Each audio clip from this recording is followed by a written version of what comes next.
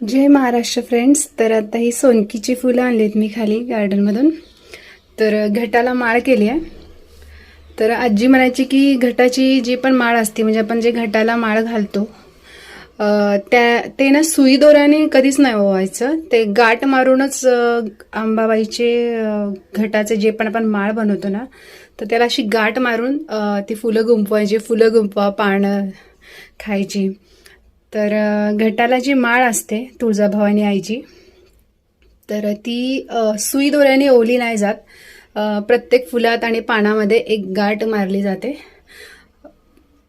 तर ही अशी तुळजाभवानीची आईची माळ घटस्थापनेला आम्ही घालतो. आज 4थी माळ आहे आणि आज रंगही पिवळा आणि मला सोनकीची फुलं मिळाली आज गार्डनमध्ये, तर ती घातली मी. तर मी आता फुलं घातली तशी सोनकीची.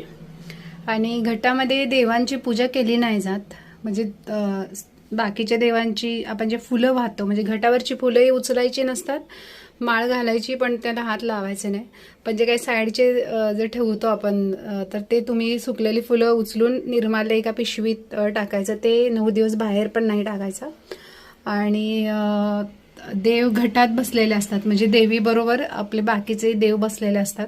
त्यामुळे देवांची पूजा केली नाही जात. पण तुम्ही त्याचे जे सुकलेले फुलं आहेत ते तुम्ही काढू शकता आणि एक वेगळ्या बॅगमध्ये ठेवू शकता. आणि जेव्हा नवमी होते म्हणजे जेव्हा दसरा होतो त्यानंतर ते सगळं विसर्जन करायचे. पण ते नदीत वगैरे नाही करायचं. एखाद्या झाडामध्ये ते पुरून टाका म्हणजे त्याचं कंपोस्ट छान होतं आणि झाड पण छान होतं आणि नदी पण स्वच्छ राहते.